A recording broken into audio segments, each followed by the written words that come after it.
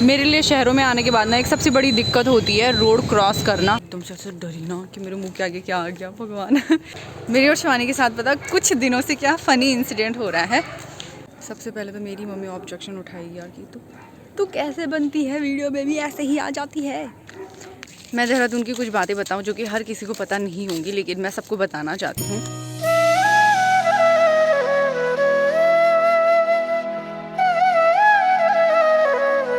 Hi everyone, Radhe Radhe आप सभी को। मैं उम्मीद करती हूँ कि आप सभी स्वस्थ होंगे और हम भी एकदम से बढ़िया है। आज मेरे ब्लॉग की स्टार्टिंग जो है शाम के समय से हो रही है। मैं और शिवानी जा रहे हैं थोड़ा यहीं पे टहलने के लिए और कुछ सामान लेने के लिए भी। कुछ ज़रूरी सामान है, बहुत ही ज़्यादा ज़रूरी है। कुछ ज़रूरी सामान है भाई साहब। मेरा ध्यान वीडियो पे था और ये दादी जी यहाँ से आई और मैं एकदम से डरी ना कि मेरे मुँह के आगे क्या आ गया भगवान।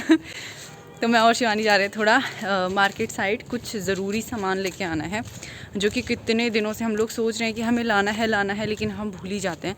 वो भी भूल जाती है, मैं भी भूल जाती हूँ। बाकी बस अभी उसी चीज़ के लिए जा रहे हैं। देहरादून का मौसम जो है शाम होते होते काफ़ी अच्छा हो जाता है। वैसे दिन भर से भी काफ़ी प्यारा रहता है। मैं देहरादून की कुछ बातें बताऊँ जो कि हर किसी को पता नहीं होंगी, लेकिन मैं सबको बताना चाहती हूँ। देहरादून शहर मौसम के हिसाब से बहुत अच्छा है, पीसफुल है। कुछ जगह है क्राउडी, तो मार्केट एरिया तो क्राउडी होता ही है, लेकिन जैसे जहाँ हम रहते हैं ये इलाके ना, तो अभी ज़्यादा भीड़ भाड़ नहीं है क्योंकि देहरादून में तो खुला है, पीसफुल है, इन्वायरमेंट अच्छा है यहाँ का। जैसे शाम के समय और सुबह के समय तो ठंडा ही रहता है मौसम, लेकिन दिन के समय धूप रहती है। धूप में तो हम लोग इतना कुछ आते नहीं हैं, लेकिन सुबह शाम जो है मौसम बढ़िया रहता है। लेकिन यहाँ मार्केट का जो भी है ना हिसाब किताब, वो मुझे अच्छा नहीं लगता क्योंकि यहाँ महंगाई बहुत ज़्यादा है। मतलब कपड़ों में तो आप भूल ही जाओ कि आपको अच्छे कपड़े अच्छे रेट में मिलेंगे। रीटे पिटे से कपड़े रहते हैं और वही बहुत महंगे महंगे होते हैं। जैसे कोटद्वार का मार्केट में इस चीज़ में बोल सकती हूँ कि खाने पीने की चीज़ें, पहनने की चीज़ें वहाँ काफ़ी अच्छी रेट पे मिलती हैं, रीज़नेबल प्राइस होता है और आप कम भी करा सकते हो। लेकिन यहाँ कम कराने के बाद वो रेट देते हैं जो कि हमारे लिए महंगा ही होता है। मेरी और शिवानी के साथ पता कुछ दिनों से क्या फ़नी इंसिडेंट हो रहा है कि हमारा ना वो वाला सजो रखा है, जैसे छिपकली नहीं होती कि जब उसको क्या होता है शिवानी, जब उसको ठंड लगती है ना, जब ठंडियों के समय में उसको ठंड लगती है ना, तो वो दिन भर धूप में रहता है, पत्थर पे चिपका हुआ रहता है। जब रात को उसको ठंड लगती है तो वो सोचता है कि मैं घर बनाऊंगा। फिर अगले दिन धूप आती है, वो धूप सेक रहा होता है, फिर उसको घर की नहीं रहती। फिर जब रात होती है तो उसको घर की चिंता होती है। तो हमारा भी यही सजो रखा है।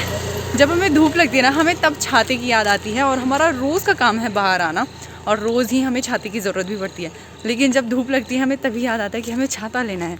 उसके अलावा हम भूल ही जाते हैं कि हमें छाता भी लेना है। और इतना मार्केट भी आ रहे होते हैं क्योंकि हम तो, पर अभी मैं सोच रही हूँ कि थोड़ा ऑनलाइन मंगवाऊँ, रिव्यू वगैरह चेक करके, क्योंकि दुकानों पर इतना खास मुझे भरोसा आ नहीं रहा है कि अच्छा मिलेगा, महंगा और मिल जाएगा। ऑनलाइन ऑप्शंस काफ़ी होते हैं ना। अभी देखिए शाम के समय आईटी पार्क चौराहे के नज़ारे कुछ इस तरीके के हैं। भीड़ भाड़ होनी शुरू हो गई है। वैसे शाम के समय अक्सर बाज़ारों में ज़्यादा भीड़ भाड़ देखने को मिलती है। मेरे लिए शहरों में आने के बाद ना एक सबसे बड़ी दिक्कत होती है रोड क्रॉस करना। अभी हमें ये रोड क्रॉस करके वहाँ पे जाना है क्योंकि वहाँ पे है जूस काउंटर, तो हमें जाना है जूस पीने के लिए।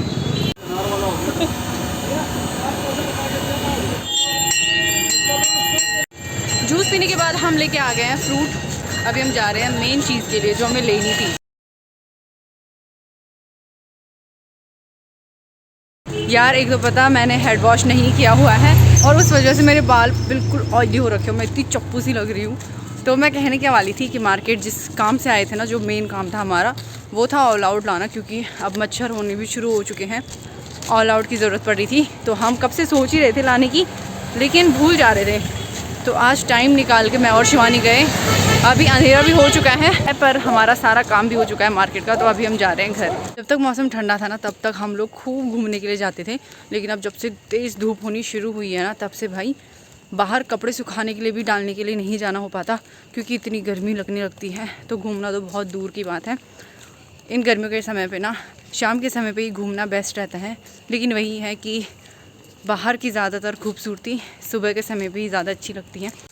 तो इसलिए वैसे मुझे घूमना पसंद है, फिर वो शाम हो या सुबह हो।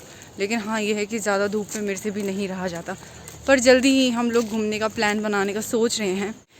अभी हम लोग घर भी पहुंच चुके हैं। यार मुझे एक चीज़ समझ नहीं आती, हम गांव में कितना काम करते हैं पता, सुबह से शाम तक।